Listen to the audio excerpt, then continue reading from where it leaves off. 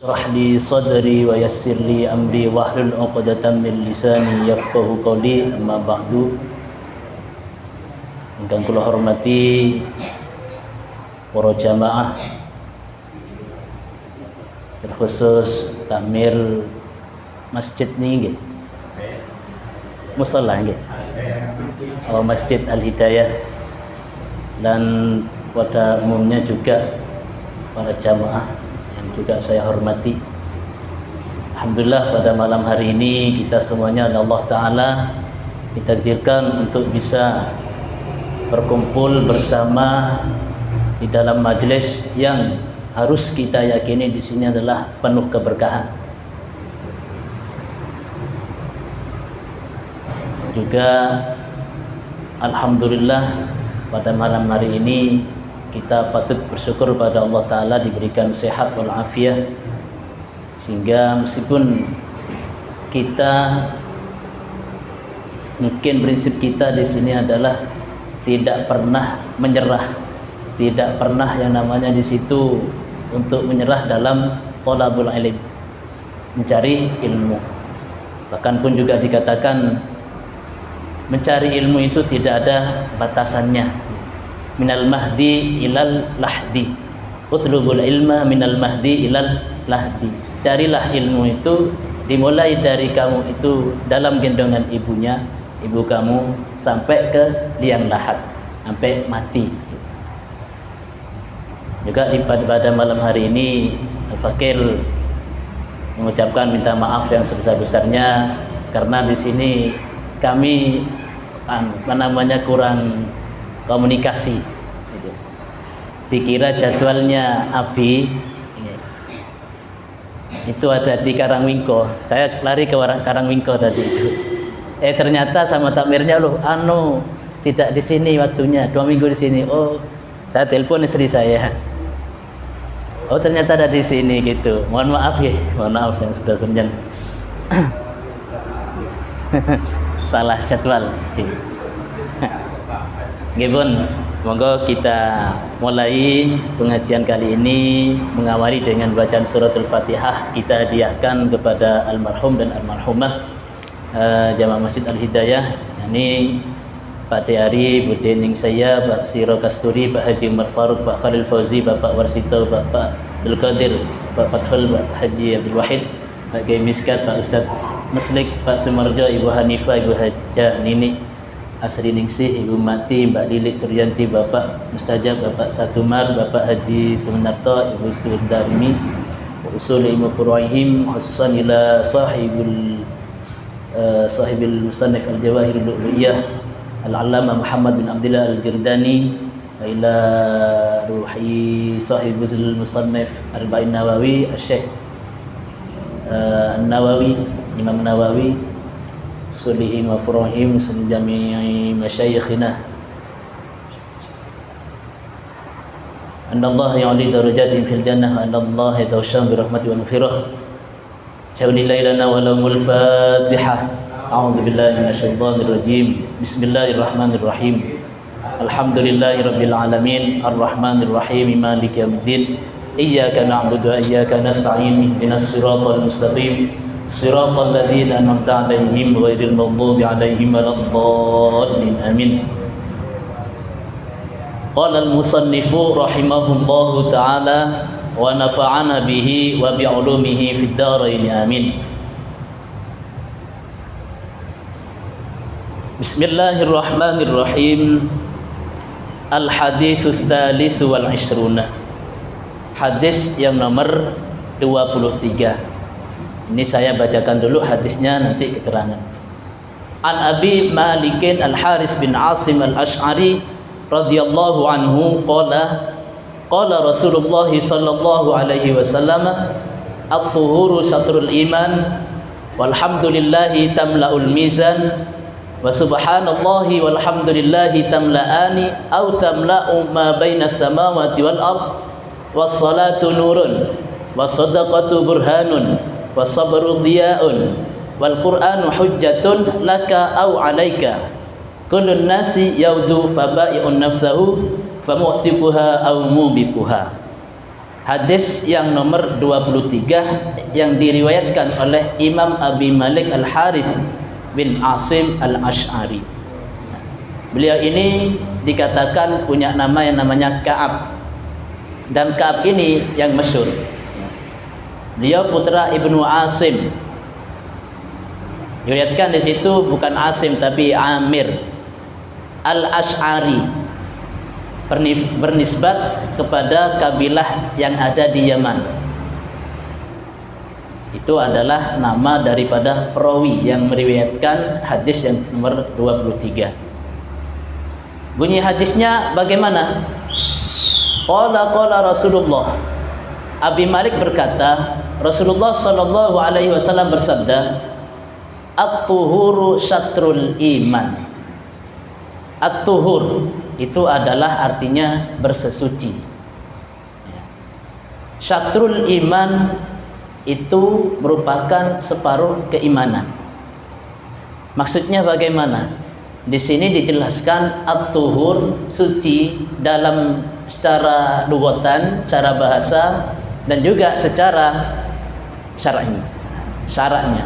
Kalau suci dalam secara bahasa itu adalah at-tanazzuh wat tatahhur minal ahdathi wal anjasi wal madhammi, yaitu suci dari hadas dan najis dan sesuatu yang tercela. Maksudnya ketika kita melakukan atau ketika kita ini tahu akan hukum sesuci, ya, suci dari najis bagaimana cara untuk menghilangkannya, suci dari hadas bagaimana cara untuk juga menghilangkan hadasnya, suci dari perkara yang tercela bagaimana cara menghilangkannya. Itu semuanya dijelaskan dalam kitab fikih, ya. Suci dari najis itu bisa kita bersihkan dengan pakai air, ya. Air yang suci, bukan air di situ misal air yang ada rasa-rasanya. Misal sah enggak ketika ada najis di situ dibersihkan dengan air yang ada rasa-rasanya? Jawabannya adalah tidak sah. Syaratnya najis itu bisa bersih, itu harus disucikan dengan air yang suci, air yang mutlak, seperti itu. Nah, ketika hal itu dilakukan oleh kita, maka kita akan mendapatkan separuh daripada keimanan tersebut. Juga dalam hadis ini dikatakan juga di situ bahwasanya dalam hadis ini adalah min muhimmati qawaididdin, perkara yang paling penting daripada pondasinya agama. Ketika pondasi agama ini bisa kita kuatkan, maka kita akan selamat. Pasti itu sudah. Ya. Apa saja pondasi-pondasi tersebut? Di antaranya tadi itu adalah at-tuhuru syatrul iman. Ketika kita melakukan bersuci dari hadas dan najis, maka kita akan mendapatkan separuh keimanan. Juga dilanjut, walhamdulillahi tamlaul mizan. Adapun alhamdulillah, mengatakan alhamdulillah, ya, ketika kita diberi kenikmatan oleh Allah Ta'ala, alhamdulillah. Meskipun dikasih musibah, alhamdulillah, itu secara hakikatnya harus seperti itu, ya. Alhamdulillah. Kenapa kok kita disuruh alhamdulillah? Karena hal itu dapat memenuhi timbangan. Juga di sini dikatakan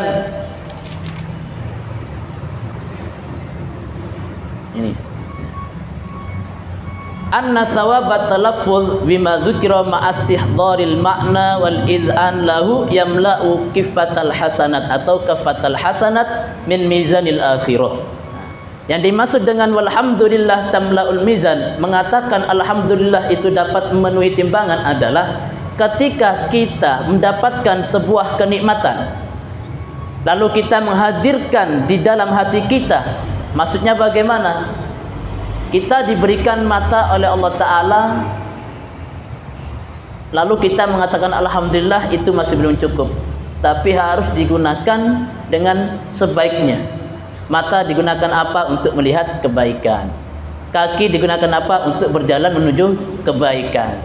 Kita lalu di situ bersyukur kepada Allah Ta'ala, maka kita akan mendapatkan pahala yang dapat memenuhi timbangan nanti di akhirat.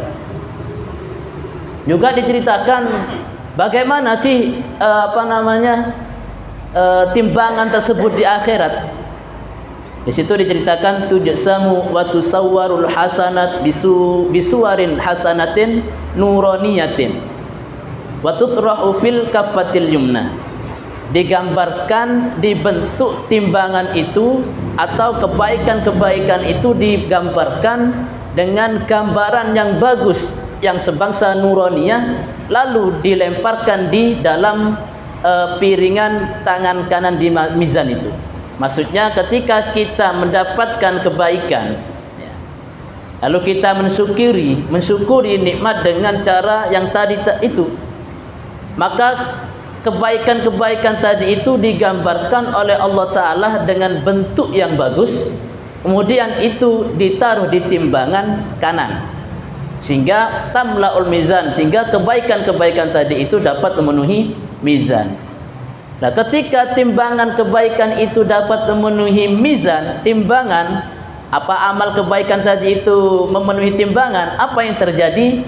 Maka kita akan mendapatkan amal catatan dari tangan kanan. Kalau sudah kita mendapatkan amal catatan dari tangan kanan, maka kita dipastikan masuk surga.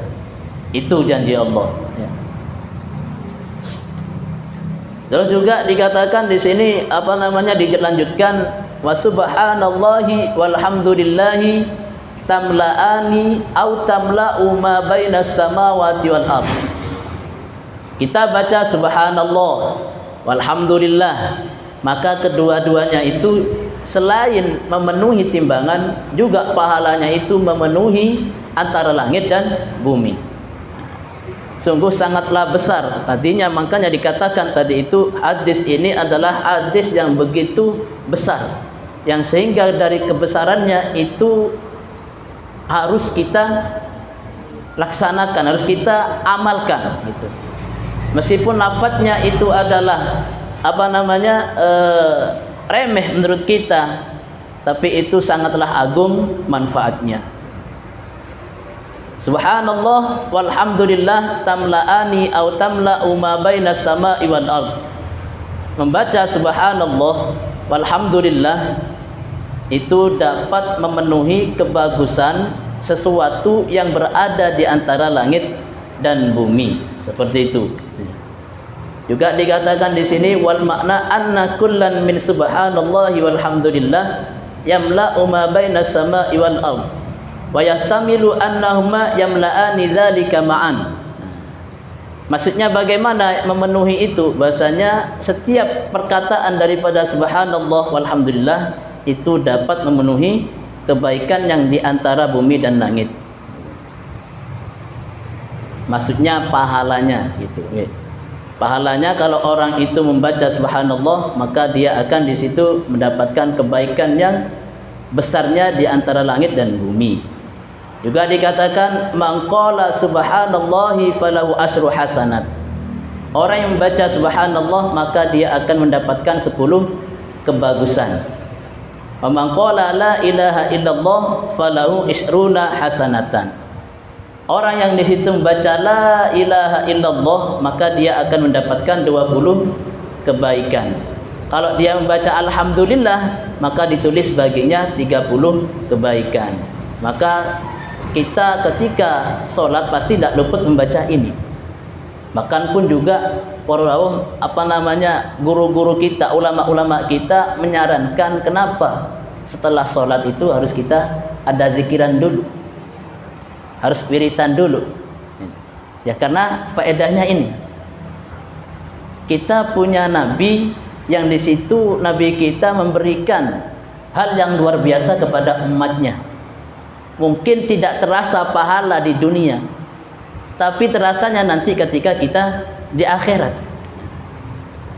Dan juga bahkan pun sering itu dipertanyakan, kenapa kejelekan itu, atau ketika kita melaksanakan kejelekan itu kita nikmatnya itu nampak, nikmatnya itu terasa.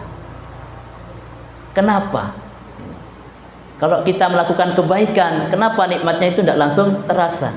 Pasti banyak malesnya. Karena memang Allah Ta'ala di situ menguji manusia di bumi. Kalau seandainya Allah Ta'ala memberikan pahala terus nampak pahalanya kepada manusia, maka ngapain Allah Ta'ala di situ menciptakan neraka? Seperti itu. Ya, semuanya ada hikmahnya.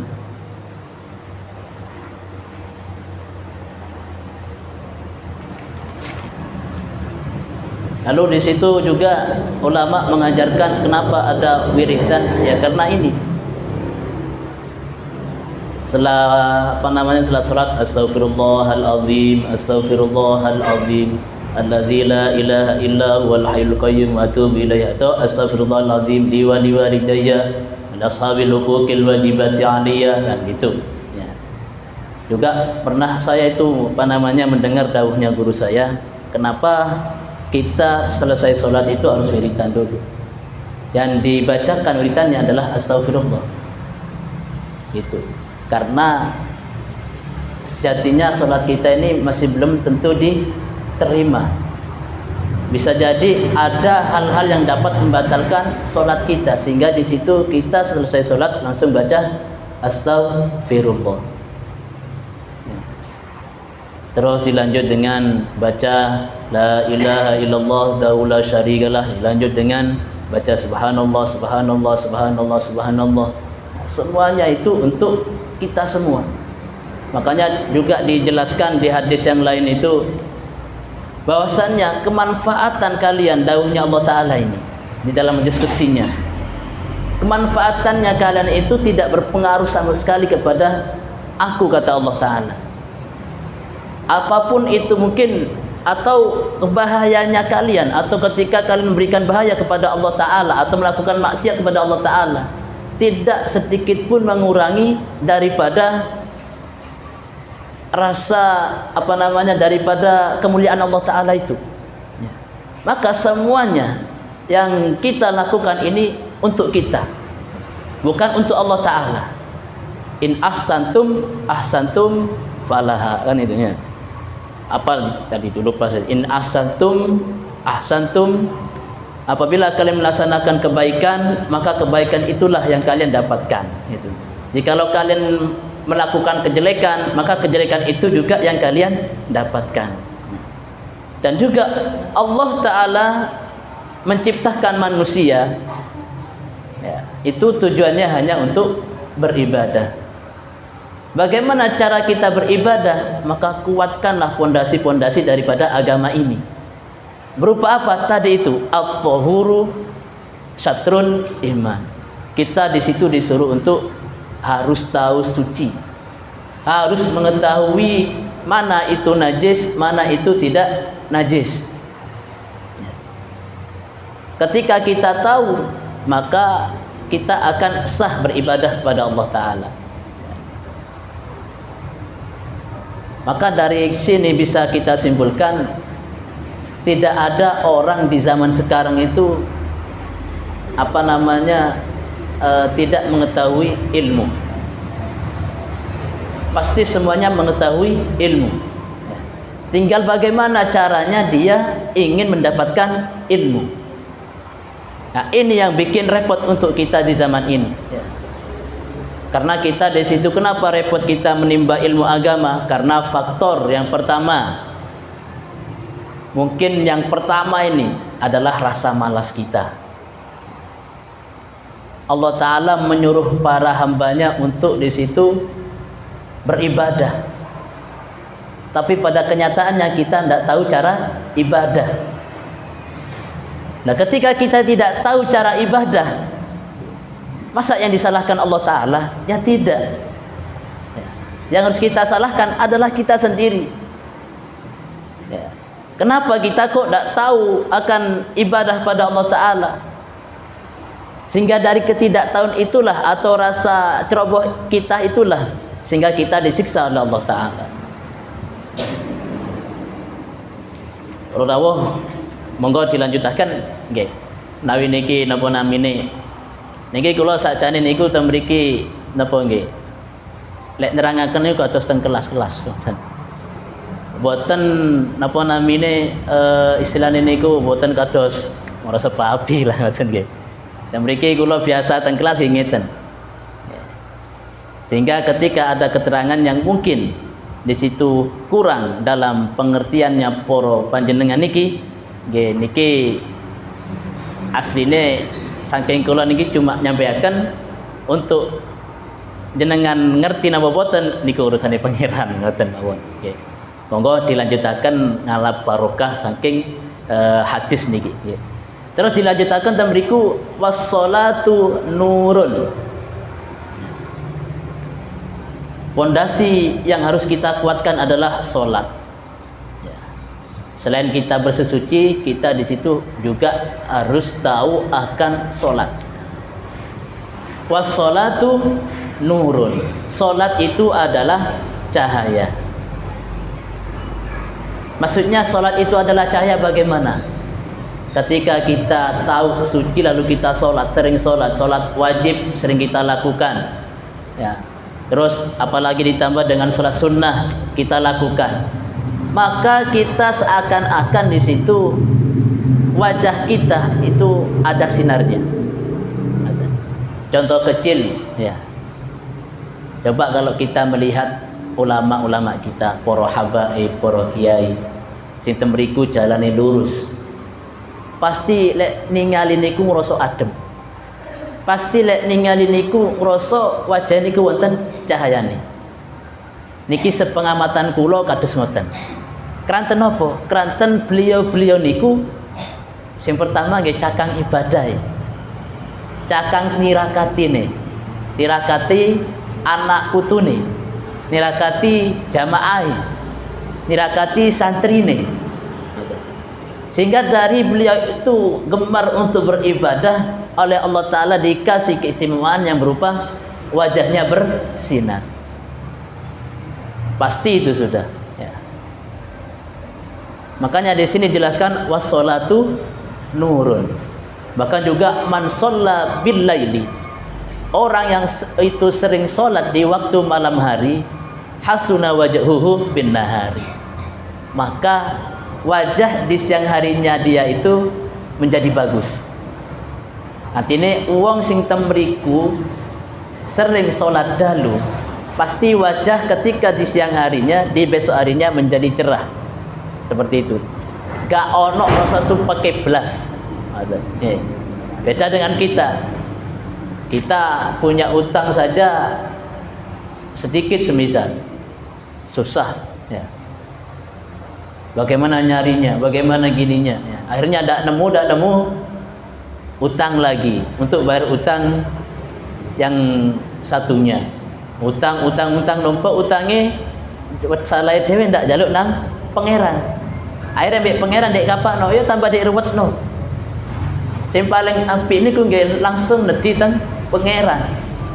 Bahkan ada tata kramanya untuk kita itu bisa menghasilkan apa yang kita inginkan. Yang pertama, tetap siapa yang paling berhak, siapa yang paling patut untuk kita pintai, yaitu Allah Ta'ala. Sebelum kita melaksanakan ikhtiar selanjutnya, yaitu kita ikhtiar doa. Ya Allah, berikanlah saya di sini rezeki yang lancar, halal, barokah, thayyibah. Terus minta selanjutnya, coba cari ikhtiar yang lain. Mungkin apa namanya di situ coba berjalan dulu, ya, berjalan. Mungkin di situ ada teman yang mungkin mengerti akan maksud kita. Akhirnya kita di situ dibantu oleh teman kita. Atau mungkin cari utangan gampang, cara bayarin tidak pati susah. Juga di sini dijelaskan innal musalliya tashruqu fi qalbihi anwarul ma'arif wal mukasyafat. Orang yang sholat hatinya itu disinari oleh Allah Ta'ala. dengan sinar-sinar makrifat kepada Allah Ta'ala. Juga as-salatu mardatun lirabbi, salat itu bisa diridhai oleh Allah Ta'ala. Kita pengen diridhai oleh Allah Ta'ala bagaimana? Selain kita itu mencari ridhonya orang tua, kita di situ juga harus selalu melaksanakan salat. Juga pondasi yang berikutnya adalah di situ was-shadaqatu burhanun. Sedekah itu menjadi hujjah bagi kita, menjadi dalil. Maksudnya dalil di sini bagaimana? Dalil atas sempurnanya keimanannya orang yang di situ selalu memberikan sedekah.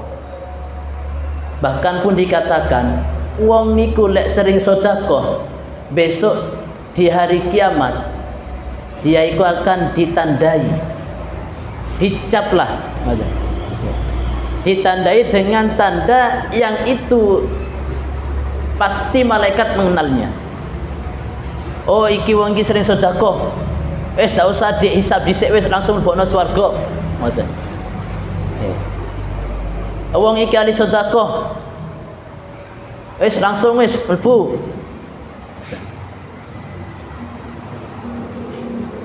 Juga di situ jelaskan alaika bisadaqah fa inna fiha sittu khisalin. Seharusnya kalian itu harus bersedekah. Juga sedekah itu tidak dapat mengurangi, sejatinya tidak dapat mengurangi harta kita. Ya. Di sini faedahnya kita bersedekah apa itu? Ada 6 yang kita dapati nantinya. 3 di dunia dan 3-nya lagi di akhirat. Apa itu? Fatazidu fir rizki. Kalau orang itu gemar sedekah, pasti rezekinya ditambah oleh Allah, tidak akan berkurang. Kalau dia itu sering bersedekah, watuktsirul mal, maka hartanya akan banyak. Banyak ini ceritanya orang itu sering bersedekah. Bahkan sakingnya itu dia tuh bergemar sedekah. Sekali dia menyedekahkan uangnya semuanya, pasti beberapa hari kemudian datang lagi uangnya yang lebih banyak daripada sebelumnya. Ya. Dan ini terkadang kita itu masih memikirkan, ya, iki aku duit 10.000. Ya apa carane iki aku iso sedekah ya? Kate sedekah eman. Boleh aku iki keperluan iki barangkali akhirnya tidak jadi sedekah. Kenapa kok bisa begitu? Iya, karena setan niku nggih lek wonten tiyang badhe maringi sedekah, langsung setan niku bawa pasukan 70 untuk menggoda manusia yang ingin bersedekah. Ceritanya seperti itu.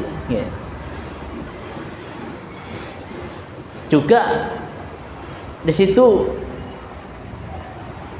ini, ketika setan itu membawa pasukan 70, maka mereka semuanya itu akan bergelantungan di tangane.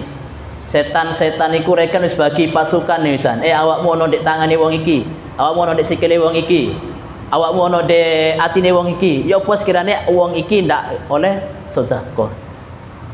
Kenapa kok setan begitu begitu besarnya menggoda manusia, begitu giatnya menggoda manusia ketika ada manusia itu bersedekah?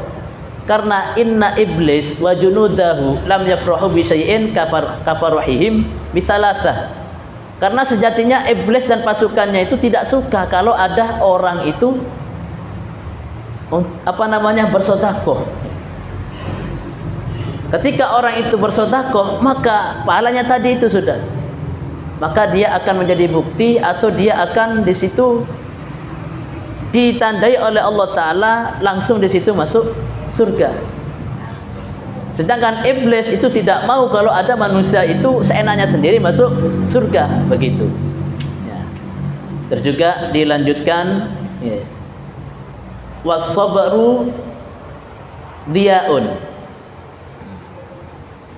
Sabar itu merupakan sinar. Maksudnya sinar itu bagaimana? Anna sahibahu la yazalu mustadian binuril haqqi ala suruki subulil huda. Wong sabar niku napa sih wong sabar? Sinten sih wong sabar niku? As-sabatu 'alal kitab was sunnah. Wong sing netepi teng Al-Qur'an lan hadis. Terus maneh dikatakno wong sabar ku koyo apa sih? Ya. Wong niku menengai. Ya. Ketika dirinya dikasih bala oleh Allah Ta'ala, maksudnya menengai bagaimana? Dengan bihusnil adab, dengan bagusnya tata krama. Bukan menang to'ai, bukan. Tapi dia ketika dikasih cobaan oleh Allah Ta'ala, dia bersabar dan di situ tetap dia melakukan aktivitas sehari-harinya. Itu maksudnya. Bukan menang tok ngelamun tok, bukan gitu. Tapi sabarai. Bahkan pun di sini diceritakan man sabaru 'alal musibah, barang siapa dia itu sabar atas musibah, maka dia akan ditulis baginya 300 derajat. Lek wong sabar atas musibah, kita ini akan dinaikkan oleh Allah Ta'ala 300 derajat. Barang siapa dia itu sabar atas ketaatan, melakoni perkara yang diperintah oleh Allah Ta'ala, dia sabar melakukannya. Tidak ada rasa mengeluh di situ. Apa yang dia dapatkan yaitu 600 derajat. Yang lebih enak lagi apa itu? Man sabaru 'alal maksiat. Ini sing soro. Wong niku sing sabar atas maksiat niki sing paling repot. Lek sing paling repot iku iso di kalahno, iso dikalahno, maka apa yang dia dapati, maka dia akan mendapatkan 900 derajat. Seperti itu. Ya. Sulit sekali kita di situ sabar atau meninggalkan atas maksiat, sulit sekali. Itu. Ya itu wis, kalau kita itu bersungguh-sungguh manjada wajada. Kalau kita bersungguh-sungguh dalam melakukan apapun, maka kita akan sampai pada apa yang kita inginkan. Seperti itu. Terus juga wal Qur'anu hujjatun laka 'alaika niki malih. Quran itu juga bisa menjadi hujjah, dalil, bisa menjadi enak bagi kita, juga menjadi tidak enak bagi kita. Bagaimana maksudnya? Kita ini ke Al-Qur'an ini khususnya para pengajar ini, mungkin bisa jadi gitu. Ketika dia menyampaikan ilmu, ketika dia mempelajari ilmu Al-Quran, tapi tujuannya adalah untuk duniawi, maka itu menjadi hujjah alaikah, hujjah yang tidak baik untuk kamu yang di situ mengajari Al-Quran. Tapi kalau kamu bertujuan mengajari Al-Quran di gharadil akhirah, untuk tujuan akhirat, maka hujjatun laka, maka menjadi dalil keenaan bagimu. Ini yang sering mungkin kita lupa. Makanya dari situ kita harus selalu memperbaiki niat kita. Dimanapun kita berada, kita harus di situ memperbaiki niat kita. Kullun nasi yaudu faba'i'un nafsahu famutikuha au mubikuha. Setiap manusia pasti di situ menyerahkan dirinya supaya bisa terbebas daripada nerakanya Allah Ta'ala. Bagaimana caranya? Yaitu melakukan gelem dak melakoni perintah bi Allah Ta'ala. Terus ono menungso iku reken ngancurno awake dhewe. Ada orang itu menyelamatkan dirinya, ada orang di situ menghancurkan dirinya. Wong iku lek semisal nyelamet awake dhewe kelawan apa dek kono? Ya gelem dek kono nglakoni perintah Allah Ta'ala. Lek dhek iku ngancur awake dhewe ya berarti dhek nglanggar napa sing diperintah Allah Ta'ala. Niki hadis sing diriwayatkan oleh Imam Muslim. Mungkin niki sing saged kula sampaikan. Mugi-mugi napa sing diwaos, napa sing diterangaken niki saged kita amalaken. Kita meskipun kita mengamalkan sedikit, tapi kita ada rasa ingin mengamalkan semuanya, itu lebih bagus daripada di situ kita tidak mengamalkannya.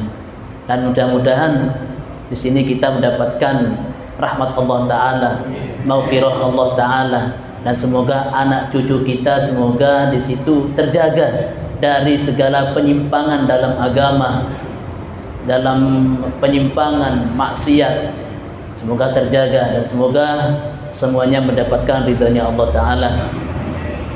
Al-afwa minkum. Assalamualaikum warahmatullahi wabarakatuh.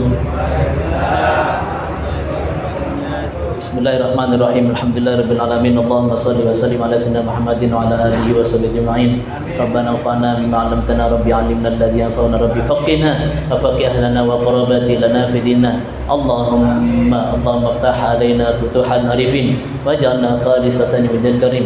Allahumma yassir lana al-umura kullaha umur dunya wal akhirah. Allahumma arzuqna ilman nafi'an wa amalan salihan mutaqabbalan wa rizqan wasi'an halalan tayyiban hani'an mari'an wa auladan salihin wa banatin salihat. Rabbana hab lana min azwajina wa dhurriyyatina qurrata a'yun waj'alna lil muttaqina imama. Rabbana atina fid dunya hasanah wa fil akhirati hasanah wa qina adzabannar. Sallallahu alaihi wasallam Muhammad wa ala alihi wasallam. Alhamdulillahirabbil alamin. Al-Fatihah.